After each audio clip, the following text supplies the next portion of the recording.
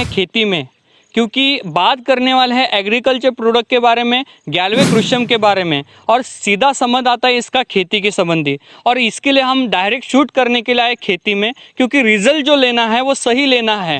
हमारे साथ मौजूद है golden winner royal master mister Gunwant Jhanjhal sir. हम आज दोनों मिलके खेती के प्रति और पुराने की ज़माने की खेती किस तरह से की जाती है, नई ज़माने की खेती किस तरह से हमें करना है, क्योंकि हमें पुरानी बंजर ज़मीन को आज फिर से हरी भरी करना है। जो पोषण तत्व नमी पुराने ज़मीन में ख़त्म हो चुकी है उसको फिर से लाना है, जिसके लिए हम सबसे पहले जानते हैं कि एग्रीकल्चर की फार्मिंग की पुरानी स्थिति क्या हुई थी और हमारे ज़मीन किस तरह से बंजर हो गई, रासायनिक खेती हमारे ज़मीन में किस तरह से छिड़काव हो गया। इसके लिए जानते हैं गुणवंत झंझाल जी से कि पुरानी खेती और नई खेती में अंतर क्या है और पुरानी खेती किस तरह से की जाती थी। तो चलिए दोस्तों, अभी हम जानते हैं कि जितने भी किसान लोग आज की डेट में अपने खेती में जो खाद इस्तेमाल कर रहे हैं वो है मैक्सिमम तौर पे वो आता है रासायनिक खाद। लेकिन जानते हैं कि रासायनिक खाद की निर्मित कहाँ से हुआ, आया कहाँ से।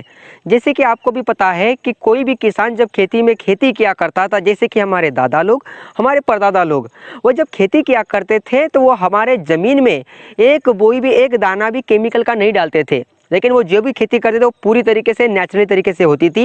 वो करते किस तरीके से थे, जैसे कि मान के चलिए मेरा ये 1 एकड़ का खेत है, तो इसके 2 पोर्शन बनाए जाते थे।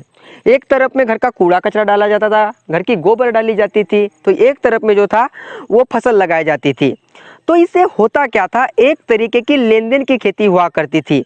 एक तरफ से हम पोषक तत्व निकाल रहे थे तो दूसरे तरफ से हम डाल रहे थे, यानी कि एक तरीके का लेन देन का तरीका हुआ करता था। तो दोस्तों जैसे जैसे हम आगे बढ़े, जैसे जैसे लोगों की पैदावार बढ़ी, वैसे वैसे दोस्तों हमारे सामने एक दिक्कत ये आने लगी कि हमें ज़्यादा अनाज की ज़रूरत गिरने लगी। और ज़्यादा अनाज की जब ज़रूरत गिरने लगी, वैसे वैसे दोस्तों जो हम खाली ज़मीन रखते थे एक तरफ में, वो खाली ज़मीन रखना हमारे लिए मुश्किल होता चला गया। फिर किसान ने किया क्या कि दोनों जगह पे खेती करना स्टार्ट कर दिया।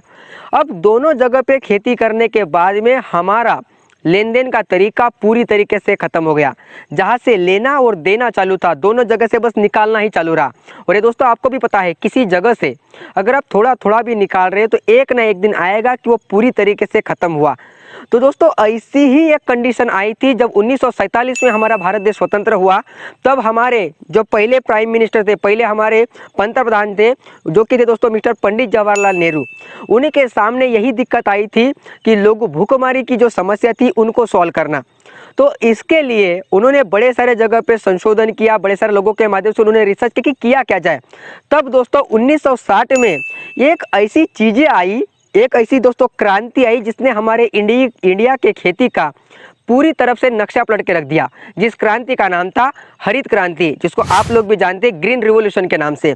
दोस्तों ग्रीन रिवॉल्यूशन, हरित क्रांति थी क्या, उसके माध्यम से सबसे पहली जो चीज़ दोस्तों बदलाव की गई हमारे इंडिया के अंदर में, जो कि था इरिगेशन सिस्टम, यानी कि नहर नालों का विकास। दूसरी जो चीज़ थी वो था हाइब्रिड सिस्टम, यानी कि दोस्तों संकरित बीज और बियाने। और तीसरी जो चीज़ थी दोस्तों वो थी केमिकल फर्टिलाइजर और केमिकल पेस्टिसाइड, यानी कि रासायनिक खाद तथा रासायनिक फवारनियाँ। अब आप लोग भी जानते हैं कि जो शुरुआत में 2 बदलाव हुए थे, यानी कि पहला इरिगेशन सिस्टम वाला और दूसरी जो चीज़ थी वो थी हाइब्रिड सीड वाली। ये दोनों चीज़ों से हमारी पैदावार बढ़ी। हमारी पैदावार बढ़ने के साथ साथ में किसान को उससे बड़ा सारा फायदा हुआ। लेकिन दोस्तों जो तीसरी चीज़ थी, जो थी केमिकल फर्टिलाइजर, यानी कि रासायनिक खाद, जब ये रासायनिक खाद हमारे इंडिया में कदम रखा 1960 को दोस्तों, तब मुख्यतः 3 कंटेंट लाए गए थे जो किसी भी पौधे को प्राइमरी स्टेज पे लगते। हाँ दोस्तों, वही जिसको आप लोग भली भांति जानते हो, यानी कि NPK, यानी कि नाइट्रोजन, फॉस्फोरस और पोटाश, जिसे हम लोग बोलते हैं नत्र, स्फुरद और पॉलाश। ये जो 3 कंटेंट मुख्यतः लाए गए थे और इसकी मात्रा थी मात्र दोस्तों 1 एकड़ के लिए 4 किलो नाइट्रोजन, 2 किलो फॉस्फोरस और 1 केजी पोटाश। यानी कि इसका अगर हम कुल मिला के अगर टोटली लगाया जाए तो 1 एकड़ में मात्रा थी मात्र 7 किलो की। लेकिन दोस्तों आप लोग जानते हैं कि ये 7 किलो की मात्रा आज बढ़ के 50 किलो, 100 किलो, 150 किलो, ऐसे भी बड़े सारे लोग हैं दोस्तों जो कहीं ना कहीं 200 केजी के प्लस में डाल देते हैं। जो लोग बागायती खेती करते हैं उनका तो जवाब नहीं दोस्तों। तो ये चीज़ें हुई किस तरीके से, ये चीज़ें हुई क्यों, ऐसी क्या नौबत आ गई कि 7 केजी से लेके आज हम 200 तक के पहुँच गए। दोस्तों केमिकल रासायनिक खाद, इनमें दोस्तों हीट, और ये हमारे ज़मीन में डालने के बाद में हमारी ज़मीन जो है वो चटक जाती है। आज अगर 1 केजी में आपने रिजल्ट लिया, कल अगर आपको रिजल्ट चाहिए तो उस जगह पे आपको 2 केजी डालना आपकी ज़रूरी नहीं बल्कि दोस्तों आपकी मजबूरी बन जाती है। और यही एक वजह थी कि आज हम इतने बड़े पैमाने पे पहुंच चुके हैं। थैंक यू गुणवंत जी, आपने जो बताया कि रासायनिक खेती की शुरुआत किस तरह से हुई गई थी, किस तरह से रासायनिक खाद की वजह से दुष्परिणाम जमीन को हुआ। लेकिन नेक्स्ट सवाल है गुणवंत जी मेरे लिए कि रासायनिक खाद से दुष्परिणाम हुआ, लेकिन इसका परिणाम इंसानों पे भी हुआ है, तो इंसानों पे इसका दुष्परिणाम किस तरह से हुआ, हम ये जानना चाहते हैं। सर अगर बात किया जाए केमिकल के दुष्परिणाम की, तो इससे सबसे पहले हुआ क्या? देखिए, सबसे पहले अगर कोई चीज़ हुई इस केमिकल की वजह से तो वो हुआ कि सबसे पहला किसान का लागत बढ़ी। अगर बात किया जाए केमिकल के दुष्परिणाम की, दुष्परिणाम की अगर बात करें तो हम पहले के लोगों को जब देखते थे, जैसे कि हमारे दादा लोग थे, हमारे परदादा लोग थे, देखा जाए उनके बारे में तो देखिएगा कम से कम मिनिमम वो 100 साल जीते थे। अगर बात किया जाए वही मेरे दादा से लेकर हम सीधा आते हैं मेरे पापा के ऊपर में सर, तो उनकी अगर बात किया जाए लगभग यही कोई समझ लीजिए 60 साल 70 साल की अगर बात करते हैं। और अगर हम इसी दौर के तरीके से अगर हम आगे चले, अगर हम हमारी एज की अगर बात करें तो लगभग 70 साल तक के भी पहुंचना हमारे लिए मुश्किल बात होती चली जाएगी। तो गुणवंत जी, तो क्या हम अभी रासायनिक खाद को बंद करके क्या जैविक का इस्तेमाल करके हम हमारी पीढ़ी को सुधार सकते हैं? बिल्कुल सुधार सकते हैं सर, कि जितना हमारे ज़मीन को नुकसान हुआ, हमारे किसान को जैसे नुकसान हुआ वैसे इंसानों को भी नुकसान हुआ। यही नहीं सर, मैंने तो एज की बात किया सिर्फ, इसके आगे में भी अगर हम बताएं तो आज पहले के ज़माने में देखिए जब तक के कोई इंसान बूढ़ा नहीं होता था तब तक के उसके बाल जो है वो सफ़ेद नहीं होते थे। आज छोटे बच्चों के बाल सफ़ेद होना, उनको चश्मा लगना, हार्ट अटैक की प्रॉब्लम, साथ ही साथ में बीपी की प्रॉब्लम एक कॉमन प्रॉब्लम है आज की डेट में।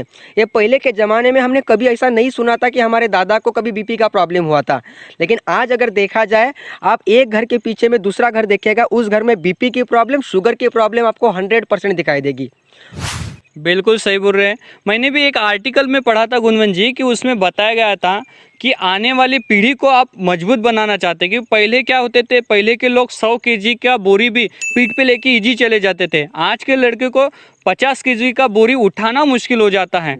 आज की पीढ़ी की इम्यूनिटी अगर स्ट्रांग करनी है, बच्चों को सक्षम बनाना है, आज हमारी इंडिया में पूरे जग में जो वायरस ने असर किया, कोरोना वायरस जो दौर चल रहा है, और इस दौर में बहुत ज़्यादा लोग बहुत फास्ट तरीके से संक्रमित होते हैं। इसका कारण है कि रोग प्रतिकार शक्ति इंसान की बहुत ही कम हो चुकी है, और इसको बढ़ाना है तो हमें नेचुरल खाना खाना बहुत ज़रूरी है। आज अगर हम देखते हैं कि पालक की सब्जी भी लेते हैं तो उसमें जितनी मात्रा में आयरन होना चाहिए उतनी मात्रा में होता नहीं, क्योंकि रासायनिक खाद की वजह से वो बड़ा तो बन जाता है, उसको बीज भी नहीं आते हैं। पहले की जो पालक थी उसको बीज आते थे। करेला का पकड़ लो या किसी भी फल का पकड़ लो, उसी तरीके से है। आज हम जब बाजार से वाटर लेमन लेते हैं, जिसको तरबूज भी कहा जाता है, मराठी में कलिंगड़ भी कहा जाता है, अगर उसको लेते तो उसका साइज इतना बड़ा होता है। और हम ओरिजिनल को देखा जाए तो उसका गोल का साइज इतना ही होता है। उसको इंजेक्शन देके बड़ा किया जाता, उसमें केमिकल भर के बड़ा किया जाता है। तो आज हम जो भी फल फ्रूट खा रहे हैं, सब्जियां खा रहे हैं, वो केमिकल की खा रहे हैं, और इसको ही हमें बदलाव करना है। तो गुणवंत जी, मेरे आपके लिए एक सवाल है कि जो इंसान की प्रकृति खराब हुई, क्या उसी तरीके से जमीन की भी प्रकृति खराब हुई है? बिल्कुल सर, अब ये तो हुआ हमारे इंसानों के ऊपर में। अब बात क्या, जैसे हम उसी तरीके से जमीन की, अगर इंसानों तक के अगर ये साइड इफेक्ट गिरा है तो जमीन पे तो जरूर गिरा होगा, क्योंकि बेस वही है सर। जैसे कि देखिए, मैंने बात किया था जैसे खर्चे की, पहले के मुकाबले आज की डेट में खर्चा बहुत आ रहा है। पहले हमारे जमीन के अंदर में नमी हुआ करती थी। अभी सर हम जिस एरिया में आए हैं उस एरिया में मैक्सिमम तरीके से चावल की खेती होती है। अब देखिए, चावल की अगर खेती का अगर पानी सूख जाता है तो उस खेती में, उसी खेती में, जिस खेती की हम आज बात करें, उसी खेती में पहले दलदल रहा करता था, उस खेती में नमी बनी रहती थी। लेकिन आज उसी खेती में अगर मैं शूज पहन के भी जाऊँ ना सर, तो वहाँ पे मिट्टी नहीं लगने वाली। अब ये हुआ क्यों? क्योंकि हमारे ज़मीन में जितने भी हमारे मित्र जुवानी हुआ करते थे, जो पूरी तरीके से नेचुरली तरीके से पला करते थे, जैसे कि केचुआ हुआ, जिसे गांडूल बोला जाता है, ह्यूमस हुआ, ऐसे बड़े सारे हमारे मित्र जुवानी हुआ करते थे। उनकी खाद यानी कि उनका भोजन, जो कि गोबर की खाद, घर का कूड़ा कचरा, ये नहीं मिल पाने की वजह से वो पूरी तरीके से डेथ कर गए, या तो वो बहुत अंदर चले गए। और वो ऊपर आना भी नहीं चाहते, क्योंकि वजह एक है कि जो ऊपरी जो परत है सर वो हमने खराब कर रखी है। तो गुणवंत जी, अगर हम साइंटिफिकली भी इसको जमीन को जांचे तो क्या जमीन के ऊपर भी हमारा असर गिरा है केमिकल का? बिल्कुल गिरा होगा सर, क्योंकि देखिए किसी भी जमीन की अगर बात किया जाए उसका एक पीएच मान होता है, और पीएच मान हर चीज़ का होता है।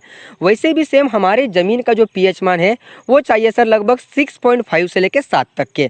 अगर 6.5 से अगर कम होता है तो भी वो ज़मीन सर अम्लीय होती है, यानी कि वो वहाँ पे फसल होने के लिए वो बराबर नहीं रहती। अगर 7 के अगर ज़्यादा हुआ तो वो भी मिट्टी क्षारीय मिट्टी हो जाती है, जिसे हम सॉल्टेड सॉइल बोलते हैं। वो भी ज़मीन जो है हमारे फसल के लिए बंजर मानी जाती है। तो इसका जो पीएच मान है वो 6.5 से लेकर 7 तक के मेंटेन करना होता है।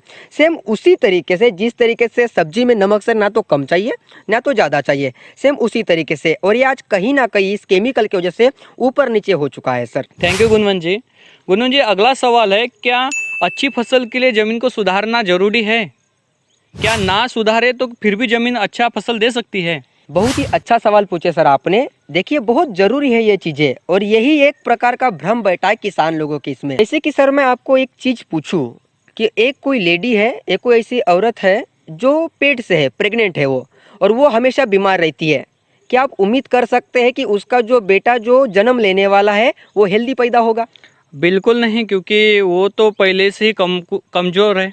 बिल्कुल सर, यहाँ तक कि देखा जाए जो लेडीज जो है वो हमेशा अगर टेंशन में रहती है, अगर मान के चलिए वो कोई अगर धूम्रपान करती है, मद्यपान करती है, तो उसकी होने वाली जो संतान है वो सही तरीके से हेल्दी संतान नहीं बन सकती है।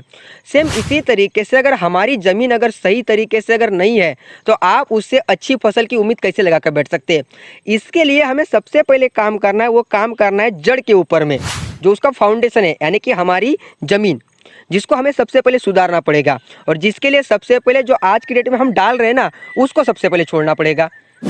अच्छा, जैसे केमिकल हम छोड़ना पड़ेगा। बिल्कुल बिल्कुल, रासायनिक खाद का जैसे जैसे आप इसका यूज इस्तेमाल कम करेंगे तभी आप इसके ऊपर में सही तरीके से काम कर सकते हो, एक अच्छी फसल का निर्माण कर सकते हो आप। बिल्कुल गुणवंत जी, आप सही बोल रहे हैं। और इसका एक उदाहरण मेरे पास भी है कि कोई इंसान अगर मान लीजिए कि लगभग 10 साल से 15 साल से दारू पी रहा है, सिगरेट पी रहा है और खर्रा खा रहा है, और जिसके माध्यम से उसका पूरा शरीर ही खराब हो गया। फिर डॉक्टर ने बोला कि तेरा शरीर खराब हो गया है, तुझे अगर लीवर को ठीक करना है, बॉडी को ठीक करना है, तो तुझे अच्छे नेचुरल फूड खाने पड़ेंगे, जैसे काजू, बादाम, दूध, प्रोटीन खाना पड़ेगा, तब तेरी बॉडी अच्छी हो सकती है। अभी मुझे बताइए कि दारू पीने वाले इंसान की बॉडी 10 साल से वैसी बनी है, एक दिन में उसने 10 किलो काजू खा लिए, बादाम खा लिए और कुछ भी खा लिया, तो क्या एक दिन में बन जाएगा? बिल्कुल नहीं, उसके लिए समय जरूर लगेगा। अगर हमने ज़मीन को 50 साल रासायनिक खाद डाला है, 50 साल से उसको बंजर बनाया है, तो उसको ठीक होने में भी कम से कम 2-4 साल बिल्कुल लगेंगे। और ये प्रोसेस हमारी जैविक हमें पूरी करवा के दे सकते। हम जैविक के माध्यम से जमीन की पीएच मान को भी संतुलित कर सकते हैं और पौष्टिक भी कर सकते हैं। तो ये जैविक हमारा जो कृषम का जैविक है, गैल्वे कृषम का जैविक है, वो बिल्कुल हमारे नेचुरल तरीके से जमीन को पूरा प्रोटीन, पोषण तत्व प्रदान करने में सहायक है। तो चलो गुणवंत जी, जानते हम गैल्वे कृषम के प्रोडक्ट जमीन के लिए, मृदा के लिए किस तरह से लाभदायक है, किस तरह से माइक्रोन्यूट्रिएंट्स कंटेंट्स देते हैं, पोषण तत्व देते हैं, और किस तरह से हमें सही खाना प्रदान करते हैं, अच्छी फसल प्रदान करते हैं और उसकी गुणवत्ता किस तरह से बढ़ाते हैं। चलो जानते हैं प्रोडक्ट के ऊपर।